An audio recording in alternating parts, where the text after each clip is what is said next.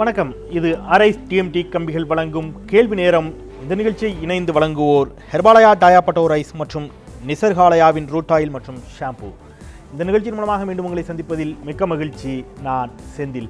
மக்கள் சமூகம் சார்ந்து உங்கள் ஒவ்வொருவருக்குள்ளும் ஓடிக்கொண்டிருக்கும் கேள்விகளுக்கான விடை காணும் நேரம் இது. அந்த வகையிலே இன்றைய கேள்வி நேரத்தின் பொருள் என்ன, திரையில் பார்க்கலாம்.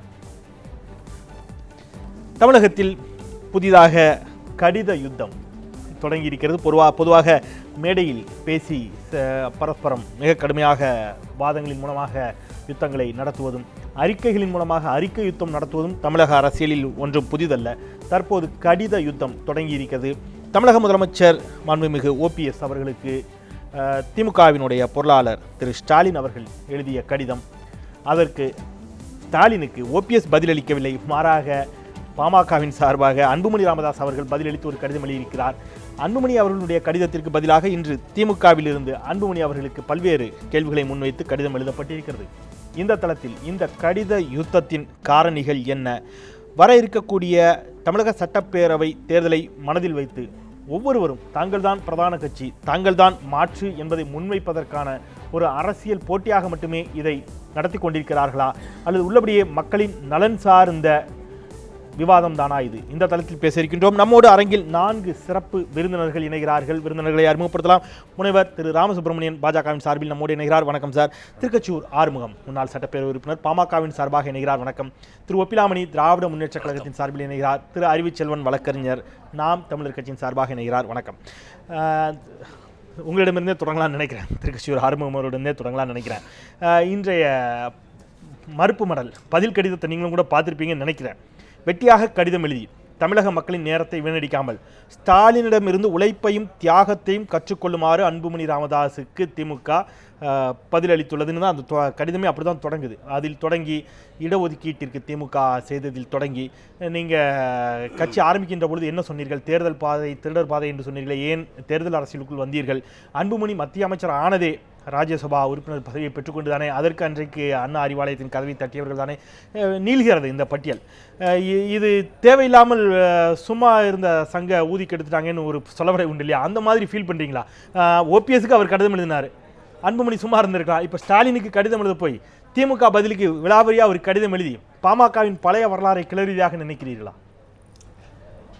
சார், இன்றைக்கு தினம் தமிழ்நாட்டிலே ஒரு மிகப்பெரிய ஒரு சர்ச்சையை கிளப்புகிற ஒரு நிகழ்வாக நீங்கள் கருதி கொண்டிருக்கிறீர்கள். எங்களுடைய சென்னையா அன்புமணி ராமதாஸ் அவர்கள் என்ன சொல்கிறார் சொன்னால், தமிழ்நாட்டில் திமுகவும் அண்ணா திமுகவும் 2 கட்சிகளும் சேர்ந்துதான் நாசப்படுத்தியிருக்கிறன கடந்த 49 ஆண்டுகளாக என்று சொன்னார்கள். அதிலே திராவிட முன்னேற்ற கழகத்தினுடைய பொருளாளர் ஸ்டாலின் அவர்கள் வரைந்த அந்த மடலுக்கு ஒரு மடலை தெரிவித்தார். இது ஏதோ அதிமுகவுக்கு மட்டும்தான் இது உரித்தானதல்ல, திமுகவும் இதிலே சம்பந்தப்பட்டிருக்கிறது. எந்த துறையில் எடுத்தாலும் இந்த பிரச்சனையை 2 கட்சிகளும் செய்திருக்கிறது தான் சொல்ல வேண்டும் என்று ஒரு கருத்தை தான் சொன்னாரே தவிர, இது சொம்மா இருக்க சங்கம் எடுத்து ஊதி கெடுத்துட்டாங்கன்னு சொல்கிறது ஏற்றுக்கொள்ள முடியாது. அன்புமணி அவர்கள் எழுதிய கடிதத்தினுடைய கடைசி வரிகள் இவ்வாறு தான் முடிகின்றன. அவசர சிகிச்சை பிரிவில் சேர்க்கக்கூடிய அளவிற்கு தமிழகம் இருக்கிறது. ஒரு மருத்துவர் எவ்வளவு அவசர சிகிச்சை பிரிவில் இருக்கக்கூடிய நோயாளியும் காப்பாற்றிவிடக்கூடும்.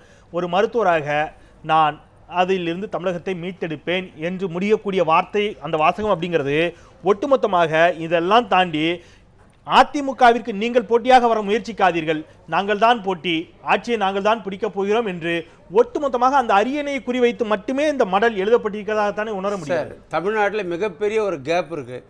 எதுக்குன்னு சொன்னால், திமுக அண்ணா திமுக இல்லாத ஒரு கட்சி மாற்று தேவை என்று மக்கள் விரும்புகிறார்கள். அந்த இடத்தை நிரப்புகிற சக்தி பாட்டாளி மக்கள் கட்சிக்கு இருக்குதா? அதுதான் கண்டிப்பாக இருக்கிறது. கடந்த 2011 தேர்தலில் மட்டும் உங்களுடைய வாக்கு சதவீதம் என்னன்னு உங்களுக்கு நினைவு இருக்குதா? அதாவது நாங்கள் நின்ன இடங்களை பொறுத்து தான் வாக்கு சதவீதம் மாறும். பரவாயில்ல, இருக்கட்டும். 30 இடங்களில் நின்று 3 இடங்களில் வெற்றி பெற்றிருக்கிறீர்கள். அதற்கு முன்பு நின்று 4 இடங்களில் வெற்றி பெற்றோம். உங்களுடைய சராசரி வாக்கு சதவீதம் என்பது 5 விழுக்காடு. அது நீங்க கணக்கு போட இல்ல முடியாது. நான் சொல்றேன் நீங்க இந்த தேர்தலுக்கு அப்புறம் சொல்லுங்க. 2016 தேர்தலுக்கு பிறகு எங்களுடைய வாக்கு சதவீதம் என்பதை பாருங்கள். ஆளுங்கட்சியாக வருகிற தகுதி எங்களுக்கு இருக்கிறது. தமிழ்நாட்டு மக்கள் இன்றைக்கு ஒட்டுமொத்தமாக எந்த கிராமத்துக்கு சென்றாலும் எந்த பகுதிக்கு சென்றாலும் தமிழ்நாட்டு மக்களுடைய பிரச்சனைகளை கையில் எடுத்து அதற்கான இல்ல நீங்க பதிவு பண்ணுங்க. நான் அரசியல் விருப்பருக்கு அப்பாற்பட்டு தான் இதை பதிவு பண்றேன். எந்த உள்நோக்கமும் இன்றி வெளிப்படையாக திறந்த மனதோடு சொல்றேன். பாமக குறைத்து மதிப்பிடுவதல்ல என்னுடைய நோக்கம். தயவுசெய்து அதை சரியா புரிஞ்சுங்க. நெல்லை மாவட்டத்தில் என்னுடைய சொந்த ஊரில் ஒரு நிகழ்வு நடந்தது. ஒரு போராட்டம், அனைத்து கட்சி போராட்டம். அதில் பாமகவின் சார்பாக பாமகவினுடைய கரைவேட்டியோடு பாமகவினுடைய தொண்டர்கள் அங்கேயும் வந்திருந்தார்கள். அங்கிருந்த கியூ பிரான்ச் அதிகாரி அவரிடம் ஒவ்வொருத்தர் யாரெல்லாம் வந்திருக்கிறீங்கன்னு கணக்கெடுக்கின்ற பொழுது பாமகவினுடைய அந்த கரைவேட்டியை பார்த்து அவர் கேட்டது, இது எந்த கட்சி புதுசா இருக்குதுன்னு யாரு கியூ பிரான்ச்சை சேர்ந்த ஒரு அதிகாரி கேட்டார். அப்போ அங்க பாமக தொண்டர், சார் என்ன சார் மக்களுக்கு இங்க தென் மாவட்டத்தில் அடையாளம் தெரியலன்னா பரவாயில்ல, உங்களுக்குமா தெரியலன்னு கேட்கக்கூடிய அளவிற்கு தென் மாவட்டங்களில் வட மாவட்டங்களை விட வலுவாக இல்லை பாமக என்பதை நீங்கள் ஒத்துக்கொள்வீர்களா நான் கேட்கிறேன். நான் இல்லவே இல்லை எல்லாம் குறை சொல்ல, வலுவாக இல்லை என்பதை ஒத்துக்கொள்வீர்களா? இப்போ இன்னொன்னு சொல்றேன். பல வாதங்களை நான் பார்த்தேன். எப்பன்னு கிடையாது, தேர்தல் முன்பாக காங்கிரஸ்காரர்கள் பிஜேபியுடைய இது போன்ற அரங்கத்தில் பிஜேபியை பற்றி சொல்லுகிற பொழுது நீங்கள் உங்களுடைய மாநிலங்கள் எங்கே வெற்றி பெறும், அது 5 மாநிலம் மட்டும் வெற்றி பெற மாட்டீங்க. இல்லை, 5 மாநிலங்கள் மட்டும் தான் உங்களுக்கு செல்வாக்கு இருக்குது, வேற எங்கேயுமே கிடையாது இந்தியாவில் நாங்கள். ஆனால் இன்றைய தினம் என்னாச்சு, இந்தியாவை ஆளுகிற ஒரு கட்சியாக வந்திருக்கிறது பிஜேபி. அசாமில் பார்த்தீங்கன்னா கர்நாடகத்திலோ தமிழகத்திலோ ஸ்டேட்ல பிஜேபி ஒட்டுமொத்தமாக முடிச்சது. எல்லா 11 ஸ்டேட்ல எல்லா இடத்துலையுமே அந்த கட்சி கையில் எடுக்கிற பொழுது நீங்க ஒன்னு சொல்றீங்க, கியூ பிரான்ச்சுக்கு தெரியாம இல்ல, அது வந்து ஆளுங்கட்சியினுடைய கைப்பாக அந்த இரு சார் நீங்க சொல்லிட்டீங்க, நான் சொல்லணும். ஆளுங்கட்சியினுடைய கைப்பாக காவல்துறை இருக்கிறது. அது கிண்டல் அடிப்பதற்கும் மற்ற கட்சிக்காரர்கள் மத்தியிலே பாட்டாளி மக்கள் கட்சி நீங்க இப்படி பேசணும் பேசுகிற ஒரு நான் சொன்னது இப்ப நடந்த விஷயம் அல்ல, அது திமுக ஆட்சி காலத்தில் நடந்த விஷயம். அது நீங்க நல்ல யோசனை பண்ணி பாருங்க. நான் அடுத்த சுற்றில் வாதிப்போம். திமுகவும் கூட கடந்த தேர்தலில் எதிர்க்கட்சி அந்தஸ்தை கூட பெற இயலாத நிலைக்கு போன ஒரு சூழல் இருக்கின்ற பொழுது ஏன் பாமகவெல்லாம் ஒரு பார்வை இருக்கா, இன்னும் பாமக எல்லாம் கூட்டணி சேர்ந்துதான் இருக்கணும், அல்லது பாமக ஆட்சியை பிடிக்கக்கூடிய அளவிற்கு பாமகவோ தேமுதிகவோ, ஏன்னா அதிமுகவிற்கு மாற்றி திமுக, திமுகவிற்கு மாற்றி அதிமுக என்பது போல ஒரு சூழலை கடந்த தேர்தலில் தேமுதிக உடைக்கிறது. அது சாத்தியம் என்று சொன்னால் ஏன் பாமகவில் சாத்தியம் இல்லைன்னு அவர் வைக்கிறாரு. அந்த அச்சம் உங்களுக்கு இருக்கிறதா? அதாவது பொதுவாக ஒன்று தெரிஞ்சுக்கணும், நாம் இன்னைக்கு ஒரு தமிழ்நாட்டில் இருக்கக்கூடிய ஒரு தீய சக்தியை அகற்றணும், விரட்டணும். தமிழ்நாட்டில் பார்த்தீங்கன்னா இன்றைக்கி தளபதியினுடைய கடிதமே என்னுடைய நோக்கம் என்ன, ராமதாஸ் அவர் அன்புமணி மரியாதைக்குரிய அன்புமணி ராமதாஸ் எந்த இடத்துல கோடிட்டு காட்டல. அது கடிதத்தில் என்ன சொல்கிறாரு, அணியாக தமிழ்நாட்டில் தொழிற்சாலை துவங்கிறதுக்கு வரக்கூடிய நிறுவனங்கள்லாம் இன்றைக்கி தயங்குது, வரக்கூடாதுன்னு தயங்குது. ஒன்று அதை கொண்டு வராங்க. இன்னொன்று என்ன சொல்கிறாங்கன்னு கேட்டிங்கன்னா, இருக்கிற கம்பெனி போகுது, ஆக வேலைவாய்ப்பு பாதிக்கப்படுது, துவங்க தயாராக இருக்கக்கூடிய மெட்ரோ ரயில் திட்டம் துவக்கப்படாமல் இருக்கிறது. இதெல்லாம் கோடிட்டு காட்டு தான் இருக்கிறாங்க. தமிழ்நாட்டில் ஒரு நிர்வாகம் இல்லாத ஒரு ஆட்சி இருக்கிறப்போ அந்த ஆட்சியை விரட்டுறதுக்கு ஒன்று எல்லாரையும் ஒன்று திரட்டணும்னு தலைவர் கலைஞர் நினைக்கிறார். அதில் என்ன தப்பு இருக்கு? இல்லை, அது அதில் ஒன்றும் தவறு இல்லை. எல்லா கட்சிகளுக்கும் அந்த உரிமை இருக்குது. அவர் அந்த கடிதத்தில் கேட்டிருப்பது, இந்த 49 மாத வனவாசத்திற்கு பிறகு உங்களுக்கு திடீரென்று இதெல்லாம் தோன்றியிருக்கிறதா, மதுவை மட்டுமே நம்பி இந்த அரசு இருக்கிறது, டாஸ்மாக மட்டுமே நம்பி இந்த அரசு இருக்குதுங்கிறீங்க. மது அறியாத ஒரு மாநிலத்தில் மதுவை அறிமுகப்படுத்திய பெருமை கலைஞர் அவர்களுக்கு தான் சார்னு குறிப்பிடுறாரு. இதெல்லாம் இதுக்கு அவரே அந்த நீங்க சொன்ன பழமொழி எல்லாம் சொல்லிட்டாரு, கற்பூரம் சுத்தி நெருப்பு, இந்த பழமொழியெல்லாம் அவரும் சொல்றாருன்னு வைங்களேன். இதெல்லாம் சொல்லி இப்படியெல்லாம் சொல்லி மதுவை அறியாத ஒரு மாநிலத்தில் மதுவை அறிமுகப்படுத்தியதை நீங்கள் தான் செய்தீர்கள், இன்றைக்கு உங்களுக்கு என்ன உரிமை இருக்கிறது அப்படின்னு ஒரு கேள்வி கேட்கிறார். கேள்வி கேட்கக்கூடியவர் 2 முறை பாராளுமன்ற உறுப்பினர் இல்லையா, ஒரு முறை ராஜ்யசபா உறுப்பினர், இப்ப பாராளுமன்ற உறுப்பினர், மேலவை ஒண்ணு, இப்ப அவை இது ஒண்ணு, மக்களவை ஒண்ணு. இந்த மக்களவையிலயோ மாநிலங்களவையில என்னைக்காவது ஒரு நாள், இன்னைக்கு திருச்சி சிவா அவர்கள் தனிநபர் மசோதா கொண்டு வந்த மாதிரி இன்னைக்கு மதுவிலக்கு வேணும்னு சொல்லி என்னைக்காவது பாராளுமன்றத்தில் பேசியிருப்பாரா, ஒரு மசோதா கொண்டு வந்திருப்பாரா? சொல்லக்கூடிய தகுதி அவருக்கு என்ன இருக்கு? ஒரு வார்த்தை ரொம்ப எளிமையாக, மது வேண்டும் என்று எந்த இடத்திலும் பாமக சொல்லல. அவர்களுடைய எல்லா கட்சியினுடைய செயற்குழு பொதுக்குழுக்களிலும் அவர்கள் மதுவிற்கு எதிரான தீர்மானங்களை நிறைவேற்றியிருக்கிறார்கள். மதுவிற்கு எதிரான போராட்டங்களை பாமக நடத்தி கொண்டிருக்கிறது. மதிமுக இருக்கலாம், பாமக இருக்கலாம், பல கட்சிகள். திமுக மதுவை ஆதரிக்கக்கூடிய பட்சத்தில், அது சரியா தப்பாங்கிற விவாதத்துக்குள்ளே நான் போல, டாஸ்மாக் சரின்னே வச்சுக்கோங்க, நீங்கள் சரி என்று நம்பக்கூடிய ஒரு விஷயத்தை, நீங்கள் எதிர்க்க மறுக்கின்ற ஒரு விஷயத்தை நீங்கள் எதிர்க்க வேண்டும், உங்களால் தான் கெட்டு போச்சுன்னு அதிமுகவை குற்றம் சாட்டுவதற்கு உங்களுக்கு என்ன உரிமை இருக்குதுன்னு அவர் கேட்டிருக்காரு அந்த கடிதத்தை. அதாவது ஒரு கட்டுப்படுத்த வேண்டும், முறைப்படுத்த வேண்டும் தான் எங்களுடைய நோக்கம். இதெல்லாம் வார்த்தை ஜாலங்கள். நான் கேட்கறது, அவங்க ரொம்ப தெளிவாக மதுவை எதிர்க்கிறார்கள். பாமக நீங்க தெளிவா மதுவை எதிர்க்கிறீங்களா? கண்டிப்பா எதிர்க்கிறோம் தான். ஏன் எப்படி சொல்லுவீங்க இல்லன்னு? ரோட்டோரத்துல கள்ளச்சாராயம் வித்துட்டு இந்த கும்பல்லாம் இன்னைக்கு நிறைய பட்டியலை சொல்ல முடியும். அதை உயிர் பாதுகாக்கப்பட வேண்டும். இல்ல திரு ஒப்பிலாமணி, நீங்க தெளிவாகவே சொல்லுங்க. கனிமொழி தற்போது நடைபெற்ற மகளிரணி மாநாட்டில் கோவை பேசுகிற பொழுது கூட என்ன சொன்னாங்க? மதுவை முற்றிலும் ஒழிப்பது சாத்தியமில்லாதது சொல்றாங்க. சாத்தியமில்லை என்று சொன்னால் படிப்படியாக அதை நம்ம ஒழுங்குபடுத்தணும். இப்படித்தான் பேசுறீங்களே தவிர மதுவை ஒழிப்போம், நாங்கள் ஆட்சிக்கு வந்தால் இன்னி வரைக்கும் திமுகவும் சொல்ல தயாராக இல்லாத நிலையில் அந்த கேள்வியை தான் பாமக உங்களை நோக்கி வைக்கிறது. நம்ம அடுத்த சுற்றில் அந்த விவாதத்துக்குள் போலாம். திரு அறிவுச்செல்வன், அடிப்படையில் இந்த கடித யுத்தத்தை நீங்கள் எப்படி பார்க்கிறீர்கள்? இந்த கடித யுத்தத்தின் பின்னணி காரணிகளாக நீங்கள் உணர்வது எது?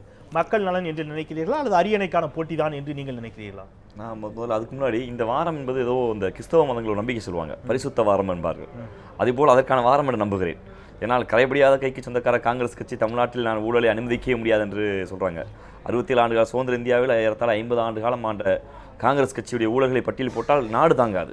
இன்றைக்கி புதிதாக இந்த வாரம் மூலம் மரியாதைக்குரிய ஐயா EVK செலங்கன் புதிதாக சொல்கிறாரு. அதை விட மேலே பார்த்தா ராகுல் காந்தி நான் விவசாயிகளை சந்திக்க போகிறேன், விவசாயிகள் ஒட்டுமொத்த விவசாயிகளுடைய நிலை கேள்விக்குறியாக இருக்கிறது. அவங்க தாத்தா நேருலேருந்து, அவங்களுடைய பாட்டி இந்திரா காந்தியிலேருந்து, அவங்களுடைய அம்மா சோனியா காந்தி, அவங்களுடைய அப்பா ஆண்டவரை இந்த நாடு 50 ஆண்டு காலம் அவங்க பிடியில் இருந்தது. விவசாயிகளுடைய கேள்விக்குறியாக வந்திருக்கிறது. ஒட்டுமொத்த விவசாயிகளுடைய வாழ்க்கையை இந்த நிலைக்கு கொண்டு வந்தது அவருடைய பொருளாதார கொள்கை தான். இன்று இவங்க ஒரு மன்னிப்பு வைக்கிறாங்க. அதுபோல் திமுக கூட்டணியுடைய ஆட்சியிலிருந்து திமுகவுடைய நான் ஸ்டாலினுடைய அந்த இன்னைக்கு தாமரை செல்வனுடைய அந்த கடிதத்துக்கு ஒத்து போகிறேன். இவர்களுடைய பதவி ஊடாக இவர்களே கேள்வி கேட்கிற நிலை ஐயா ராமதாஸுக்கு வந்திருக்கு. ஆனால் அதற்கு ஐயா ராமதாஸ் சொல்கிற பதிலில் அந்த கடிதத்திற்கு அத்தனையும் உண்மை. இது ஒன்றே ஒன்று தான். அனைவரும் தன்னைத்தானே எதிர்ப்பதாக சொல்லி மக்களிடம் குட்டு வெளிப்பட்டுக் கொண்டிருக்கிறார்கள், மக்களை பைத்தியக்காரர்கள் என்கிறார்கள் என்று என்ன தோணுது. ஆனால் இதில் ஒரு உள்நோக்கு அரசியலை கவனிக்கிறதுல எனக்கு திமுக பாமகவை ஜாதி கட்சியின் குற்றச்சாட்டு வைக்குது. வன்னியர் சங்கமாக இருந்து இவர்கள் மாறினார்கள் என்று. நான் பெருமதிப்புக்குரிய அண்ணன் ஒப்பிலாமணியின் வைக்க வேண்டிய கேள்வி, இத்தனை அறிக்கைகளுக்கும் உங்களுடைய தலைமைச் செயலகம் அறிக்கை கொடுத்தது எதற்கு? இந்த அறிக்கைக்கு மட்டும், ராமதாசுடைய அறிக்கைக்கு மட்டும் தாமரை செல்வன் ஏன் பதில் கொடுக்க வேண்டும்? இவரும் வன்னியர் இவரும் வன்னியர் என்ற ஒரே காரணத்திற்கா? தருமபுரி தொகுதியுடைய முன்னாள் அது இவர் சொல்லுங்க. தருமபுரியில் எத்தனையோ பேர் இருக்கிறார்கள், எதற்கு குறிப்பாக தாமரை செல்வனை வைத்துக் கொடுக்க வேண்டும்? 2 பேரும் வன்னியர் என்ற ஒரே காரணத்திற்கா? அப்ப ஜாதியை திமுக ஆதரிக்கிறதா இல்லை இது வன்னியருக்கான போட்டியாக மாற்ற பார்க்கிறதா? இந்த அரசியல் யுத்தம் என்பது ஒரு வகையில் ஒன்று நல்லது. எந்த கொள்ளையில் எங்கு தீ இருந்தாலும் கடைசியில் குட்டுப்படுவது மக்களிடம் இவர்களுடைய அநாகரிகமான அரசியல் தான்.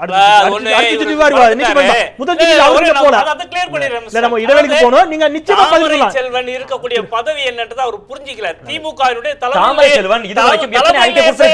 ஒருவர் சரி சரி தாமரை செல்வன் இதுவரைக்கும் எத்தனை அறிக்கை கொடுத்திருக்கார் சொல்லுங்க. தலைமை கொடுத்ததா அர்த்தம் இல்ல. தாமரை செல்வன் இதுவரைக்கும் எத்தனை அறிக்கை கொடுத்திருக்கார்? எத்தனை கொடுத்திருக்கார் சொல்லுங்க. அவர் இப்பதாங்க தலைமை செயலாளராக பொறுப்பேற்றிருக்கிறார். கடந்த மாதம் மகிழ்ச்சி. நான் குற்றச்சாட்டு வைக்க விரும்புகிறேன். இன்னும் ஒரு ஆண்டுகளில் மரியாதைக்குரிய திராவிட முன்னேற்ற கழகத்திடம் வேண்டுகோளா வைக்க விரும்புகிறேன். தாமரை செல்வத்தை பயன்படுத்துவதானால் பொறுத்திருந்து மக்கள் பார்க்கட்டும், மக்களுக்கு பதில் சொல்லட்டும். எத்தனை கொடுக்க போகிறாங்க? தொடக்க கருத்துக்கள். இந்த கடித யுத்தத்தை நீங்கள் எப்படி பார்க்கிறீர்கள்? ஏன்னா பாஜகவும் இந்த ரேஸ்ல இருக்கு. தமிழகத்தில் நாங்கள் தான் ஆட்சி என்ற இல்ல அதாவது இன்னைக்கு மாறுதல் என்பது நிச்சயமாக வரப்போகின்றது. நண்பர் சொன்னது போல ஒரு வேக்யூம் ஒன்று தமிழ்நாட்டத்தில் நிச்சயமாக இருக்கின்றது என்பதில் சந்தேகமே கிடையாது. அந்த வேக்யூம் எந்த அளவுக்கு பூதாகாரமாக ஆகப் போகின்றது இன்னொரு சில நாட்களில் தெரிந்து போய்விடும். ஆகவே அந்த வேக்யூம் யார் செய்வது அப்படின்னு இருக்கும்பொழுது திரு அன்புமணி அவர்கள் எழுதிய கடிதம் என்பது அது சில ஆஸ்பெக்டில் எங்களுக்கும் பாமகவோட ஒரு இது கிடையாது. ஐ மீன் எல்லாத்தையும் ஒத்து போகணும்னு அவசியம் கிடையாது. அதே நேரத்தில் அவர் சொல்லுகின்ற பல கருத்துக்கள் உண்மையாக டாக்டர் அன்புமணி ராமதாஸ் ஸ்டாலின் இவர் தாமரை செல்வன் எழுதிய கடிதத்தில் இருக்கக்கூடிய எதையாவது ஒன்றை இல்ல இது ஏற்றுக்கொள்ள முடியாது பொய் என்று உங்களால் மறுக்க முடியுமா? 2 கடிதத்தையும் எடுத்து நான் 2த்தையுமே எடுத்துக்கிறேன்.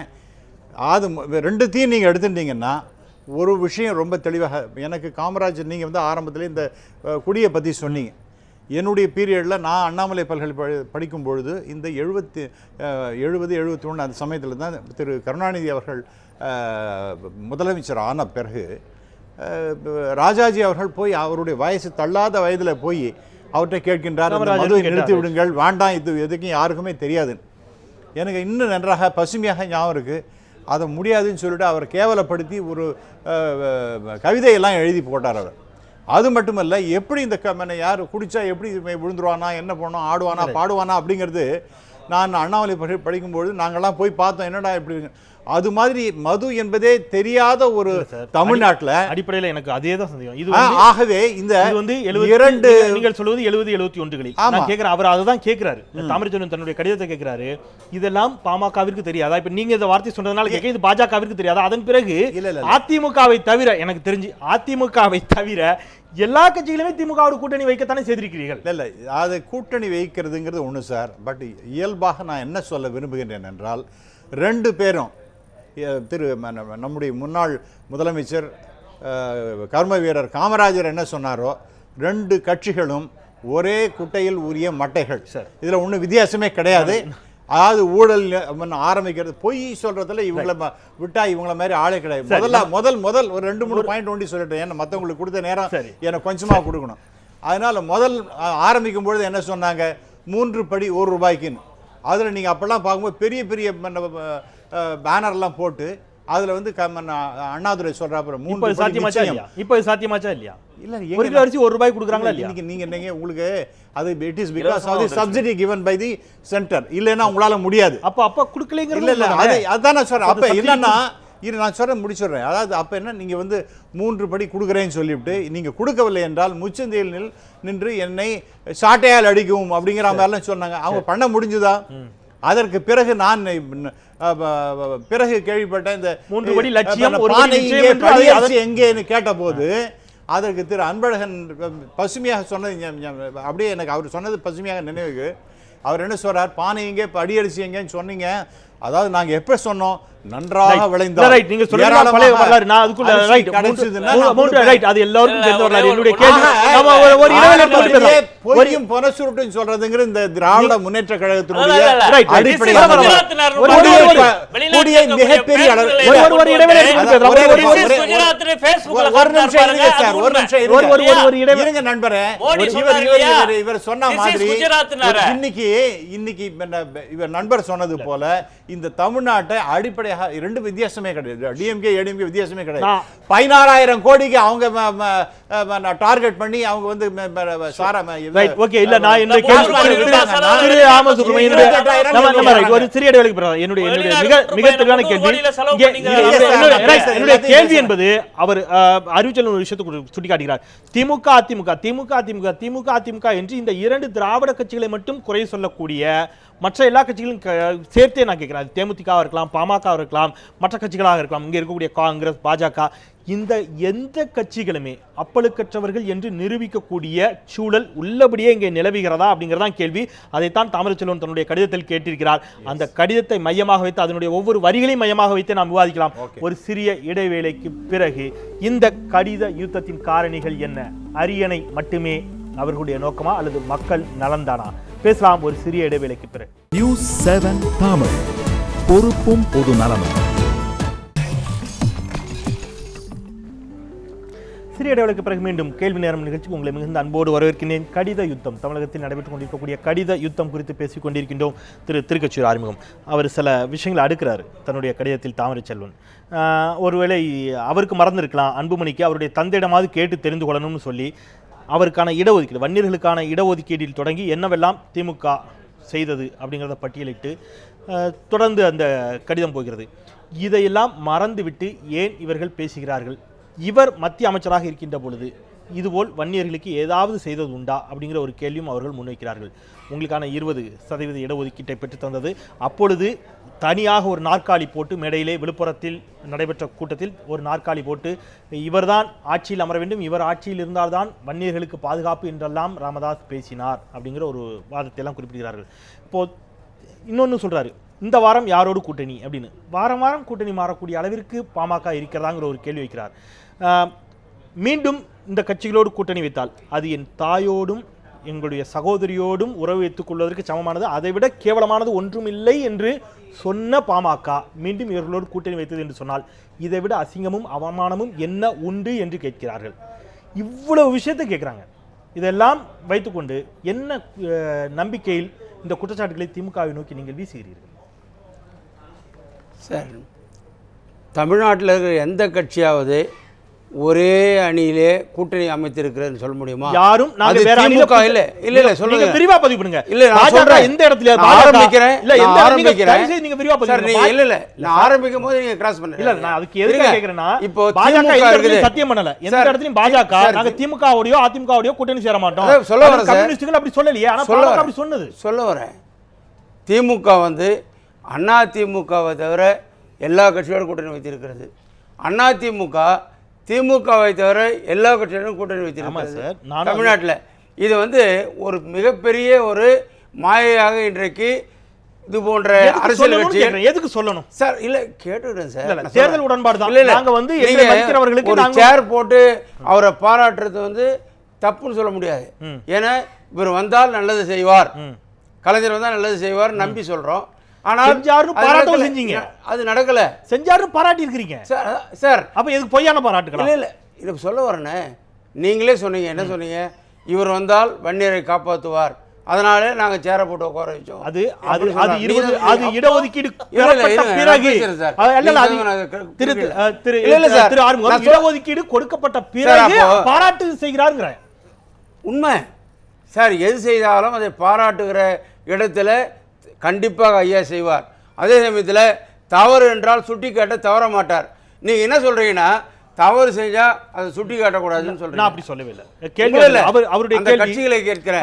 இப்போ சொல்கிறார், இப்போ இங்கே ஒப்பிலாமணி என்ன சொன்னார், நீங்கள் தனிநபர் தீர்மானம் கொண்டு வந்து உண்டா அப்படின்னு கேட்குறாரு. உதாரணத்துக்கு 2 சொல்லிடுறேன்.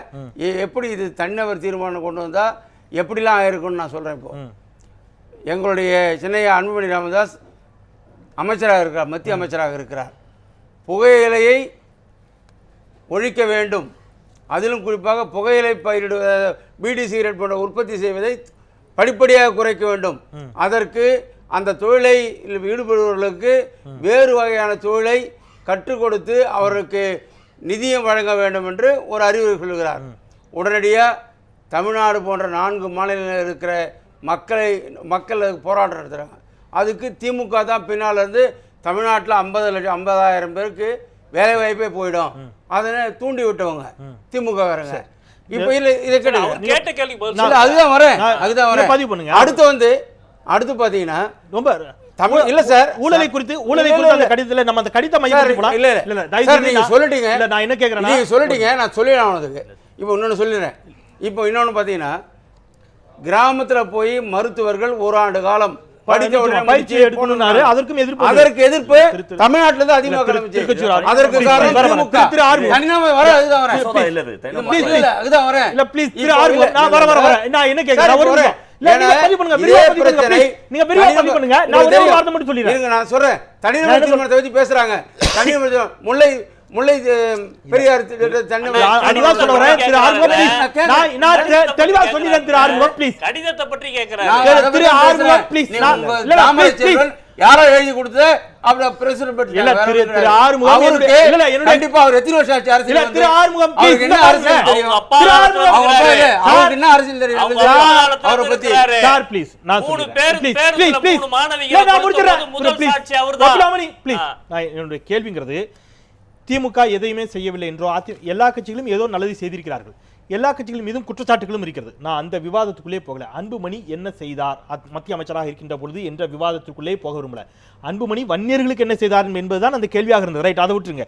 என்னுடைய கேள்வி என்பது, அந்த கடிதத்தில் குறிப்பிடப்பட்டிருக்கக்கூடிய கேள்வி என்பது, நீங்க சொன்னீங்க எந்த கட்சி இங்க கூட்டணி சரியில்லை, எந்த கட்சியும் இப்படி ஒரு வார்த்தையை பயன்படுத்தவில்லை. எந்த கட்சியும் தேர்தல் பாதை திருடர் பாதை, இது திக சொன்னது. ஆனா திக அரசியலுக்குள் வரவில்லை. தேர்தலை புறக்கணிப்போம் இல்ல இதெல்லாம் உயிர் மூச்சு உள்ளவரை நானோ அல்லது என் வாரிசுகளோ எம்எல்ஏ அல்லது எம்பி பதவிக்கு போட்டியிட மாட்டோம் இதெல்லாம் சொன்னவர்கள்.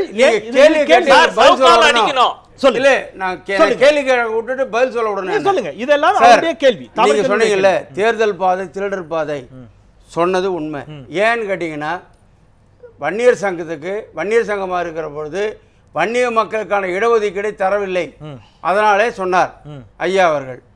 கண்டிப்பாக இது இதை தொடர்ந்து வாட்ச் பண்ணிட்டே வந்தார் ஐயா. இனி நாம் இந்த அரசியலுக்கு வராமல் அரசியல் சார்பற்ற இயக்கம் நடத்தினா இது கண்டிப்பாக இந்த மக்களுக்கும் தமிழ்நாடு மக்களுக்கும் பயன்பெறாது என்பதற்காக தான் பாட்டாளி மக்கள் கட்சி ஆரம்பித்தார். பாட்டாளி மக்கள் கட்சி ஆரம்பிக்கும் போது சொன்னார் ஐயா அவர்கள், இந்த பாட்டாளி மக்கள் கட்சி என்பது ஒரு கட்சி அல்ல, அனைத்து சமுதாய மக்களுடைய கூட்டணி என்று தான் அறிவித்தார்கள். இதை புரிந்து கொள்ள வேண்டும் நீங்கள். இப்படி தமிழ்நாட்டில் ஒரு மிகப்பெரிய ஒரே நாளில் இப்போ இடஒதுக்கீடு சும்மா கொடுத்தல கலைஞர், திமுக ஆட்சியும் சும்மா கொடுத்தல, 21 உயிரில் ஒரே நாளில் காக்கை சுருவி சொல்றது போல அண்ணா திமுக ஆட்சியை சுட்டு கொண்டார்கள். நான் கேட்கிற கேள்விக்கு மற்ற யார்ட்டையும் கேட்கலாம்.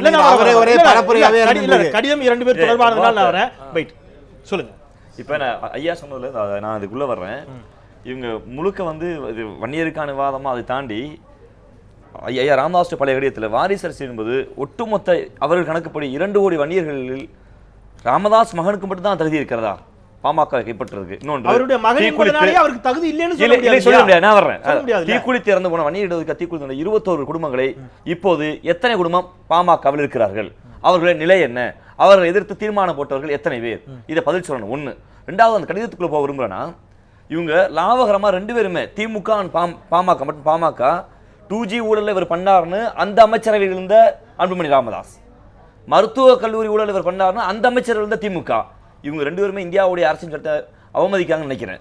ஏன்னா கலெக்டிவ் ரெஸ்பான்சிபிலிட்டின்னு சொல்லி கூட்டு பொறுப்புன்னு ஒரு சரத்தை இருக்கு, படிச்சிருக்க வாய்ப்பு இருக்குன்னு நம்புறேன் நான். ஏன்னா அமைச்சர்கள் இடம்பெற்றிருக்காங்க. பிரிவு 75 படி ஒரு அமைச்சர் தவறு செய்தால் அந்த அமைச்சரவை அதற்கு பொறுப்பேற்க வேண்டும். அந்த அடிப்படையில் தான் 2Gயில் இந்த சிதம்பரத்தையும் மன்மோகன் சிங்கும் சேர்க்க வேண்டும் என பிஜேபி கோரிக்கை வைக்கிறது. ராமதாஸின் ஊழல், அன்புமணி ராமதாஸுடைய ஊழலில் அனைத்து அமைச்சரவையும் சேர்க்க வேண்டும் என்ற இங்க இருக்கிற கம்யூனிஸ்ட் கட்சிகள் கோரிக்கை வைக்கிறது. அப்படி என்றால் 2G ஊழலில் ராமதாஸுக்கு பங்கு இருக்கிறதா? ராமதாஸின் மகன் அன்புமணி ராமதாஸ் பங்கு இருக்கிறதா? அந்த கலெக்டிவ் ரெஸ்பான்சிபிலிட்டியை இவங்க லாபகரமா மறைக்கிறாங்கிறது என்னுடைய வாதம். இன்னொன்னு தம்பி முதல்ல தெரிஞ்சுக்கணும். முதல்ல வந்து ஒரு கேள்வி எடுத்துக்கொள்ளுங்க. அந்த வழக்கு நடக்குது. 2G ஊழல் மக்கள் மன்றத்தை 2G ஊழல் தெளிவாக இருக்கிறது. திமுக ராஜா தவறு செஞ்சார் என்பதுக்கு இல்லை. திமுக நிறைய நேரம் இருக்கு. இன்னும் நிறைய நேரம் இருக்குது. ஒரு சின்ன பிரேக். கொள்ளை என்று வச்சுக்கலாம். இல்ல ஒரு சின்ன ரெண்டாவது ஏல ஊட்டில என்னத்த பாத்தீங்க? இல்ல ஒரு சின்ன இடம் எடுத்துக்கலாம். ப்ளீஸ் யாரை இங்க குடிச்சாங்க? நெட்வொர்க்ல பார்த்து பேசிய யாரால்? இந்த ராஜாவால் மறந்துறாங்க. ஒரு சின்ன ராஜாவால் மறந்துறாங்க. ப்ளீஸ். அக்டோபர் மாதம் 31ஆம் தேதி இளைஞர்கள் எல்லாம் ஒரு போராட்டம் அறிவிச்சாங்க. ஏன் இவ்வளவு என்ன ப்ளீஸ் ஒரு நிமிஷம். அல்லாஹ் ஏன் இவ்வளவு பதட்டன்னு எனக்கு புரியல. ப்ளீஸ் ஒரு நிமிஷம்.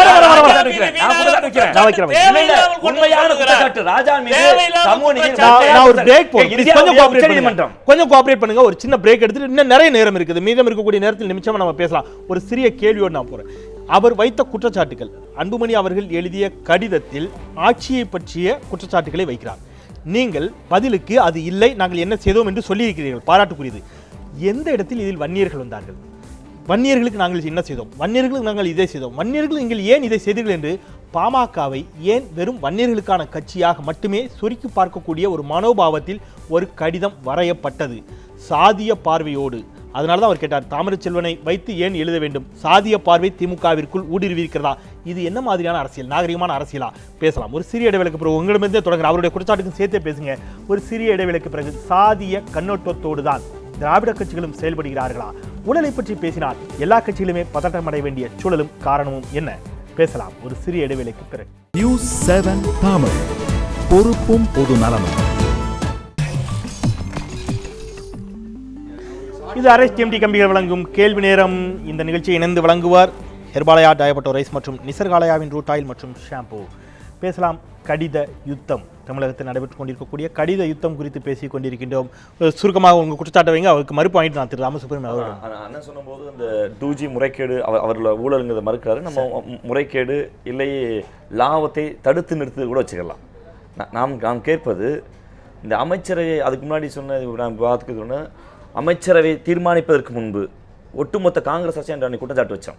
என்ன குற்றச்சாட்டு வச்சோம்னா, அமைச்சரவை முடிவு செய்வது என்பது குடியரசுத் தலைவருடைய பொறுப்பு.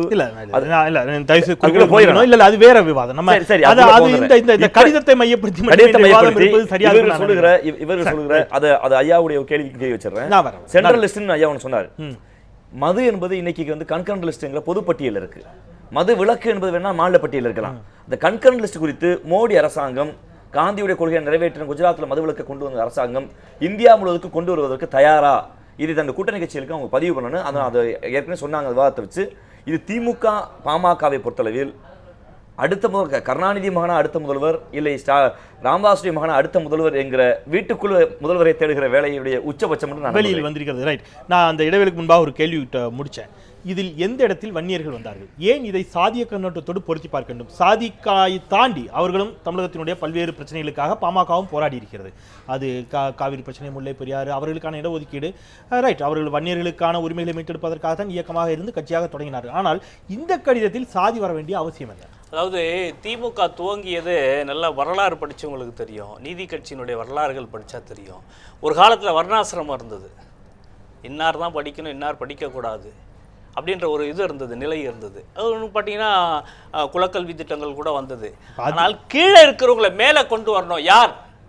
யார் அந்த கீழே இருந்து படிக்காதவங்க யார்? தலித்துகள், சிறுபான்மையினர், இந்த மாதிரி வன்னிய சமுதாயத்தை இவங்களெல்லாம் மேலே தூக்கி கொண்டு வரணும். நான் கேட்கறது தமிழகத்திற்கு நீங்கள் என்ன செய்தீர்கள், மத்திய அமைச்சராக இருந்து இந்தியாவிற்கு நீங்கள் என்ன செய்தீர்கள் என்ற கேள்வியை விட வன்னியர்களுக்கு நீங்கள் என்ன செய்தீர்கள், வன்னிய சமுதாயத்திற்கு என்ன செய்தீர்கள், நீங்க அந்த வன்னியர்களுக்கு நாங்கள் என்ன செய்திருக்கிறோம் என்று சொல்ல வேண்டிய பேசுகிற நேரத்தில் கூட எதுக்குன்னு கேட்கல. இல்ல நான் என்ன சொல்றேன், செயல் வீரர்கள் கூட்டத்தில் பேசுகிற பொழுது கூட தலித் பெண்களை கற்பழியுங்கள், வன்னியர்களுக்கு நாம் போராடுவோம், வன்னியருக்காக குரல் கொடுப்போம். இல்ல நீங்க சொல்லல, நீங்க யாரு நீங்க தயவு செய்து ஆதாரம் இல்லாம எதையாவது சொல்லிட்டு போக கூடாது. தவறா வந்து நான் என்ன சொல்றேன், நீங்க வந்து ஒரு இதோட வந்திருக்கீங்க பொழுது ஏதாவது சண்டை மூட்டி விட்டு போறோம்.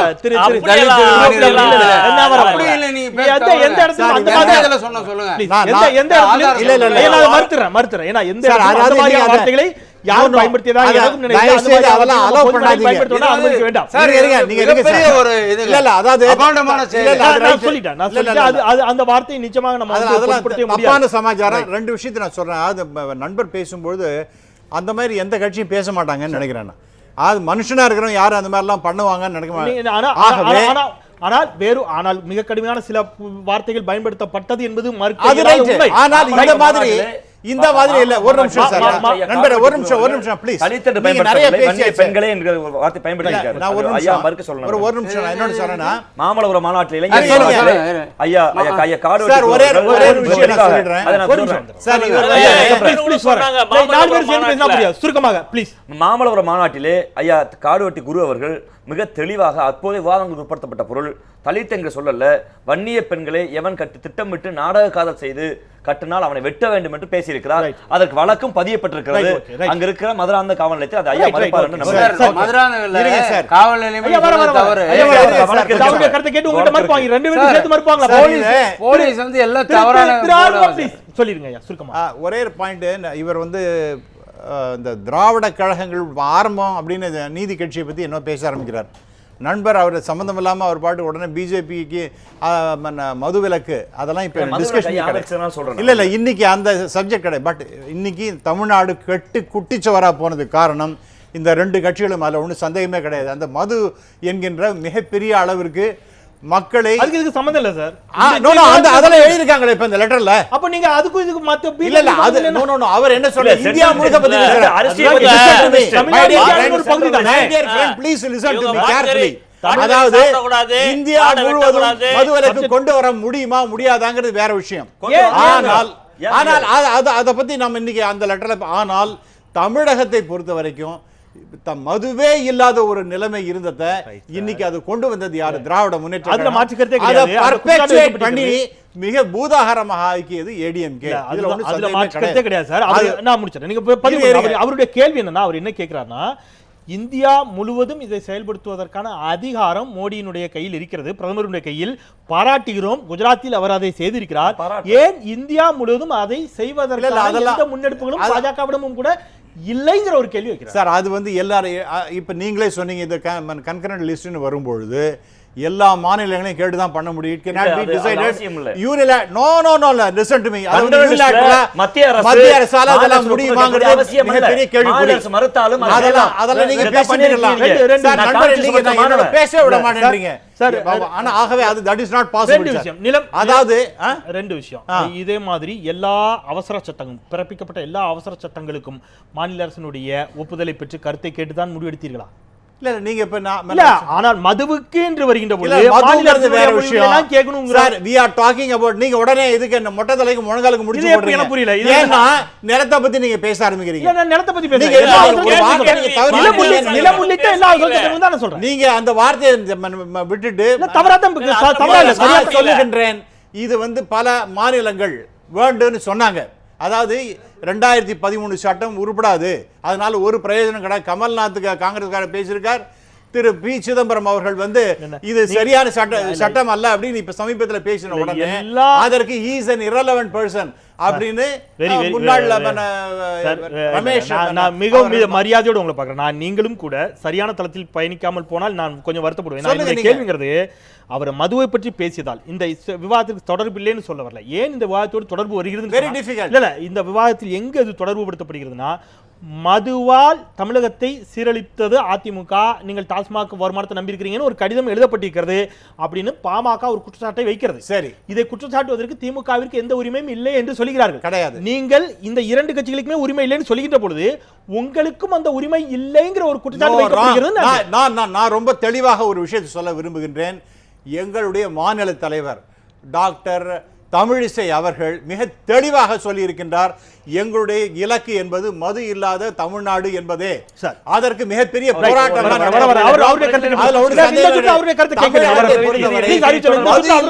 ஒரு தமிழகமாக மாற்றப்படும். திரு ஆறுமுகம், அந்த கடிதத்தை மையப்படுத்தி நம்ம பேசலாம். ஒரு சில கேள்விகளும் ஒரு சிலரை பற்றியும் நான் பதில் அளிப்பதில்லை என்று உங்கள் தந்தை தட் மீன்ஸ் ராமதாஸ் சொல்லிய பிறகும் விஜயகாந்தை தேடிச் சென்று சால்வை அணிவித்து என் தொகுதியில் உங்கள் கட்சிக்காரர்களை வாக்களிக்க சொல்லுங்கள் என்று கெஞ்சியது யார்? நியூ உட்லண்ட்ஸ் ஹோட்டலில் தனியாக இருந்த விஜயகாந்தை அவரது அறைக்கே சென்று சந்தித்து சால்வை போட்டது எதற்காக? அது என்ன, வன்னிய சமுதாயத்தை மேம்படுத்தவா? நீங்கள் பாராளுமன்றத்திற்கு போகத்தானே கெஞ்சி கூத்தாடினீர்கள் என்று அந்த கடிதத்தில் வருகிறது. கூட்டணி வைக்கப்பட்டிருந்தாலும் தேசிய ஜனநாயக கூட்டணியில் முரண்பாடுகளோடு சில தொகுதிகளில் மிகப்பெரிய முரண்பாடுகள் இருந்ததை நீங்களும் கூட அறிவீர்கள். இந்த குற்றச்சாட்டுக்கான பதில மட்டும் கரெக்டா? கூட்டணி என்று சொல்லுகிற பொழுது கூட்டணி கட்சியினுடைய தலைவர்களை சந்திப்பது அனைத்து வேட்பாளர்களுக்கும் பொதுவான ஒன்று. 40 நாடாளுமன்ற தொகுதியில் இருக்குது, பாண்டிச்சேரி உள்ளிட்ட 40 தொகுதி.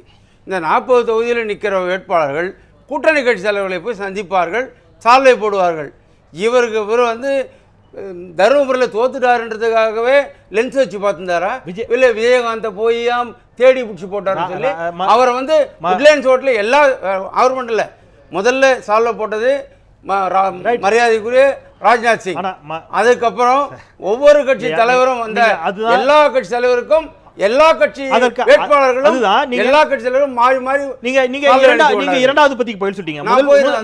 முதல் பத்தியை நான் சொன்னேன், அது நீங்க ஒருவேளை கவனிக்க திருப்பி சொல்றேன். மரியாதைக்குரிய உங்களுடைய நிறுவனர் டாக்டர் ராமதாஸ் அவர்கள் சொன்ன வார்த்தையை சொல்றாங்க, ஒரு சில கேள்விகளுக்கும் ஒரு சிலரை பற்றியும் நான் பதில் அளிப்பதில்லை. இது விஜயகாந்த் பற்றி கேட்கப்பட்ட கேள்வி. விஜயகாந்த் மீது என்ன கேட்டாங்க? ஒரு சில விஜயகாந்தை பத்தி இல்லை, யார் ஏதாவது ஐயாவை பொறுத்தவரை நான் சொல்றேன், ஒரு சப்ஜெக்ட் பத்தி கேட்கிறப்போ பட்டதை மனசுல சொல்லிடுவாரு. இன்னொன்னு சொல்றேன், ஒருத்தரை பத்தி சொல்றாங்கன்னு சொன்னா நான் இதை பத்தி சொல்ல மாட்டேன் அப்படின்னு ஒதுக்கிடுவாரு.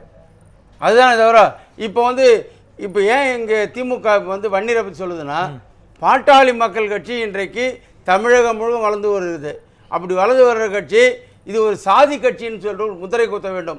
அதற்காக இந்த அறிக்கையில வன்னியர் வன்னியர் வன்னியர் என்று ஏறக்குறைய 100 வன்னியர்களை இது சாதி கட்சி அல்லவான்னு கேக்குறேன். இது சாதி கட்சி அல்ல, ஒட்டுமொத்த தமிழர்களுக்குமான கட்சி. முதல்ல சொல்லிட்டேன், பாட்டாளி மக்கள் கட்சி என்பது தமிழ்நாட்டில் உள்ள அனைத்து சாதி மக்களுக்குமான ஒரு கூட்டமைப்பு சொல்லி. அனைத்து சாதி என்பதில் தலித்துகளும் உள்ளடக்கப்படுவார். வன்னியர், அதாவது நல்லா புரிஞ்சுங்க, வன்னியர் சங்கம் என்ற அமைப்பு தனி, பாட்டாளி மக்கள் கட்சி என்பது தனி. இதை புரிஞ்சுக்க முதல்ல. சரி, இன்னொன்னு கலைஞர் வந்து ஆர்எஸ்எஸ் பிஜேபி மாதிரி, ஆர்எஸ்எஸ் பாஜக மாதிரி அது சார், நீங்க வந்து உடனே வந்து இந்த மாதிரி முடிச்சு போக கூடாது. காடு வெட்டி குரு அவர்கள் பாமகவில் என்ன பொறுப்பில் இருக்கிறார்? வன்னியர் சங்கம் பொறுப்பு, வன்னியர் தலைவர். பாமகவில் அவர் ஒரு வன்னியர் சட்டப்பேரவை சங்கத்துடைய உறுப்பினர். தலைவர். பாமகவில் அவருக்கு எந்த பொறுப்பும் இல்லையா? இதை கேட்டுங்க. உயர்மட்ட குழு தலைவர், உறுப்பினர், ஒரு சட்டப்பேரவை உறுப்பினர், ரைட், ஒரு சட்டப்பேரவை உறுப்பினர், ஒரு உயர்மட்ட குழு தலைவர், சரியா, கட்சியினுடைய வளர்ச்சிக்கு மிகப்பெரிய அளவில் பங்காற்றியவர். அவர் ஒரு பொது மேடையில் பேசுகிறார். திட்டமிட்டு வன்னிய பெண்களை நாடக காதலின் மூலமாக திருமணம் செய்து கொண்டால் அவர்களை வெட்டுங்கள் என்று பேசினார்னு அறிவிச்செல்வன் ஒரு குற்றச்சாட்டு வைக்கிறார். அது பதிவு செய்யப்பட்டது. எல்லா ஊடகங்களிலும் அப்படியே பதிவு செய்யப்பட்டு வந்து அதற்கு வழக்கு பதிவு செய்யப்பட்டது. நீங்க இந்த கட்சி ஒட்டுமொத்த தமிழர்களுக்கான இந்த கட்சி ஒட்டுமொத்த தமிழர்களுக்கான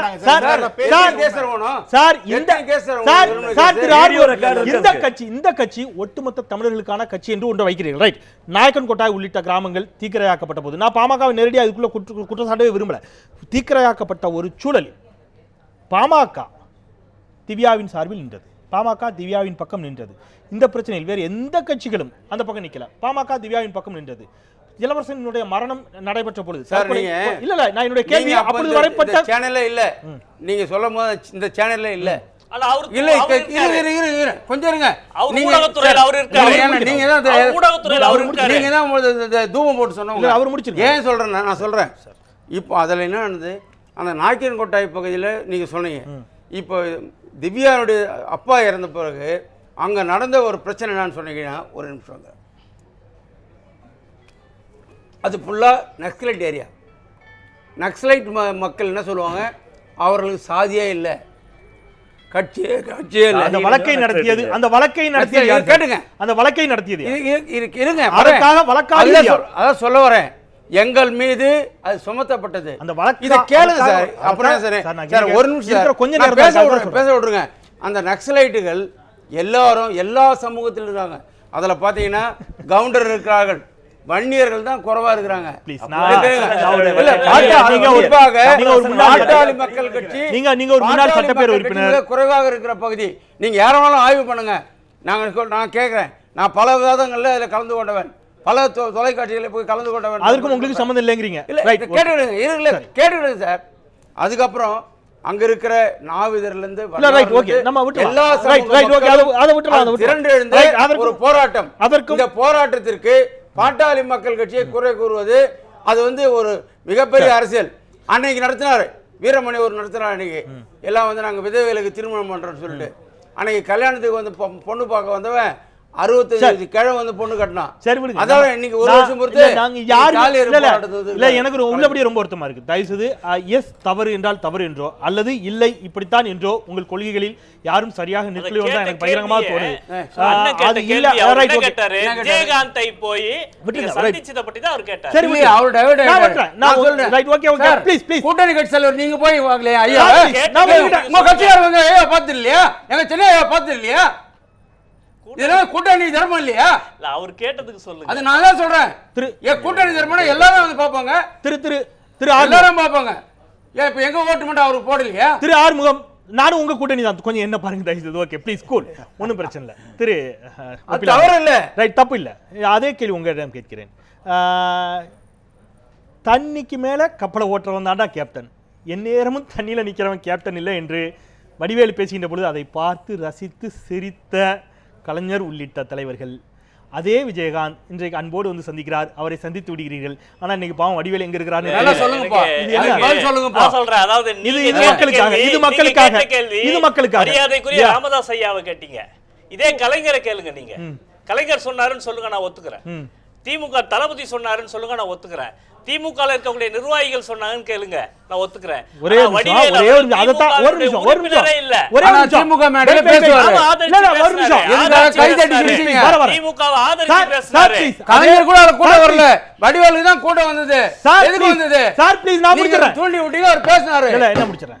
அதுதான் அவரும் சொல்றாரு.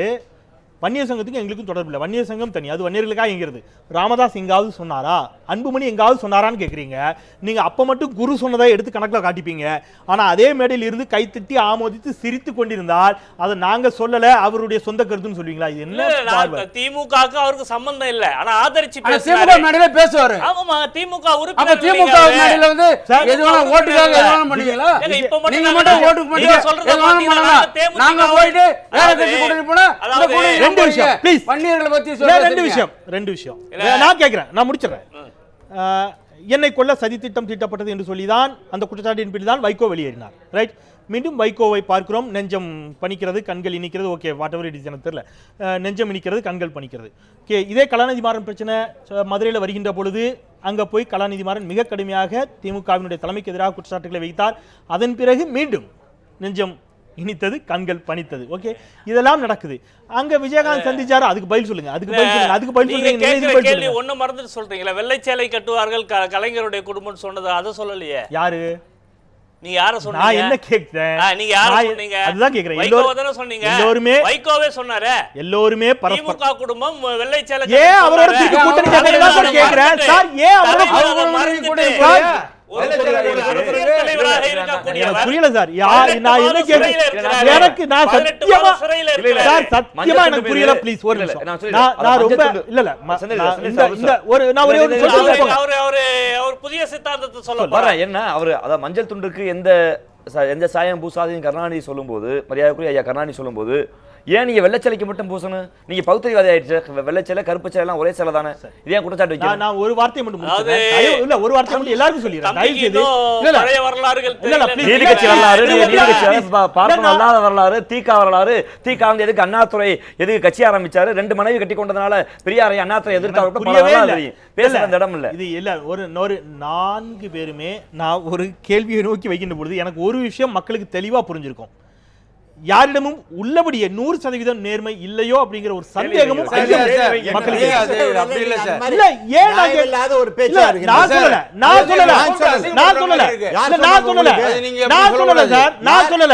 நான் சொல்லல மக்களுக்கு அப்படி ஏற்பட்டு விட கூடாது. தயவு செய்து பொருளோடு கேட்கவே இல்லை. நீங்க அப்புறம் என்ன எப்படி நீங்க how can you come to a conclusion? மதுவிலக்கு குறித்து கேட்டேன். எஸ், நான் அதான் சொல்றேன். தமிழகத்துல பாரதிய ஜனதா கட்சி ப்ளீஸ் வராதபடி செய்யும். நம்ம கன்க்ளூட் பண்றோம். நிறைவாக மிகச் சுருக்கமாக இந்த கடித யுத்தத்தை விட்டுங்க. நம்ம அதை மையப்படுத்தி தான் தொடங்கணும். கடித யுத்தத்தை தாண்டி இதனுடைய காரணம் நீங்களும் கூட பல குற்றச்சாட்டுகளை தமிழக அரசின் மீது அடித்துக் கொண்டிருக்கிறீர்கள், இந்த ஆட்சியின் மீது அடித்துக் கொண்டிருக்கிறீர்கள். நோக்கம் என்ன? எதை நோக்கி பயணிக்கிறீர்கள்? சுருக்கமாக. அது ஊழல் இல்லாத ஒரு ஆட்சி என்பது நடைபெற வேண்டும். அதை வந்து 2 கட்சியாலையும் கொடுக்க முடியாது. டிஎம்கேலையும் முடியாது, ஏடிஎம்கேலையும் முடியாது.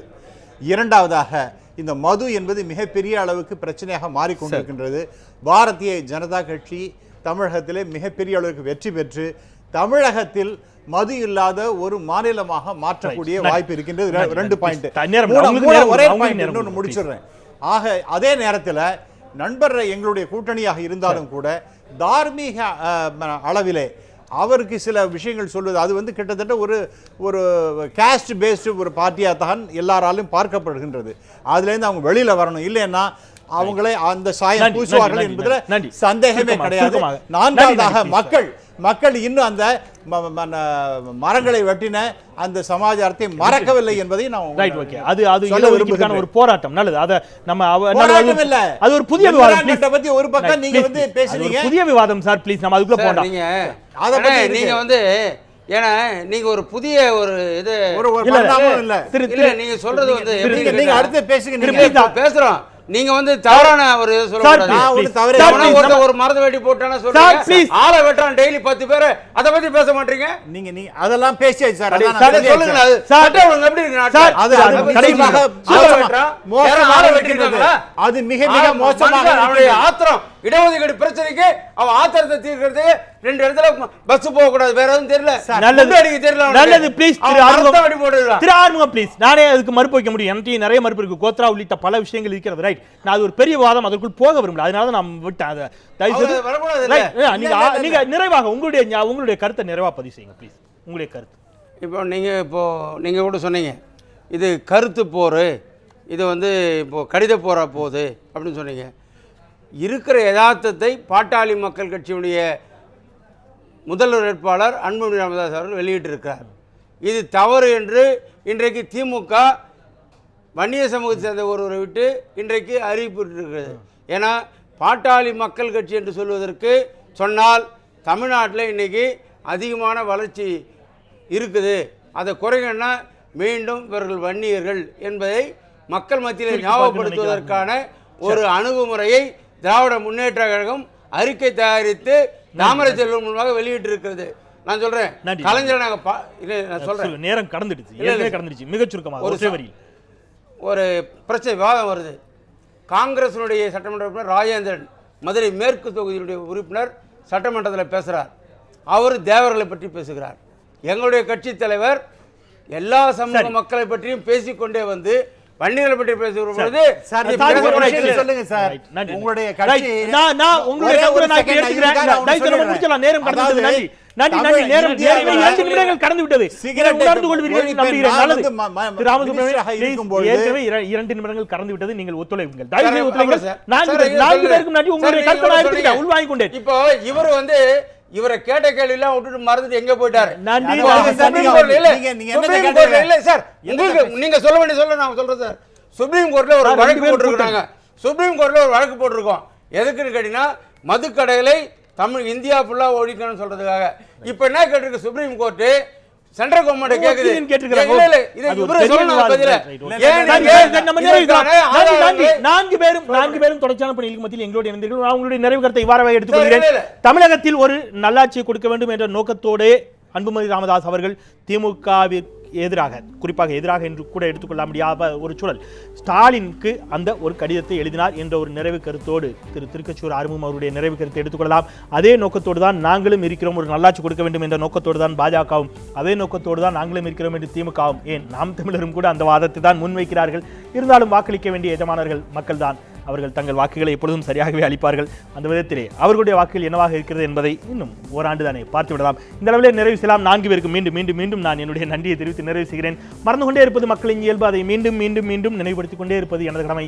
அந்த வகையிலே மீண்டும் மற்றும் சில மக்கள் சமூகம் சார்ந்த பிரச்சனைகளோடு கேள்வி நேரத்தில் நாளை உங்களை சந்திக்கின்றேன். இந்த நிகழ்ச்சியை இந்த அளவிலே நிறைவு செய்கின்றேன். நான் செந்தில். நன்றி.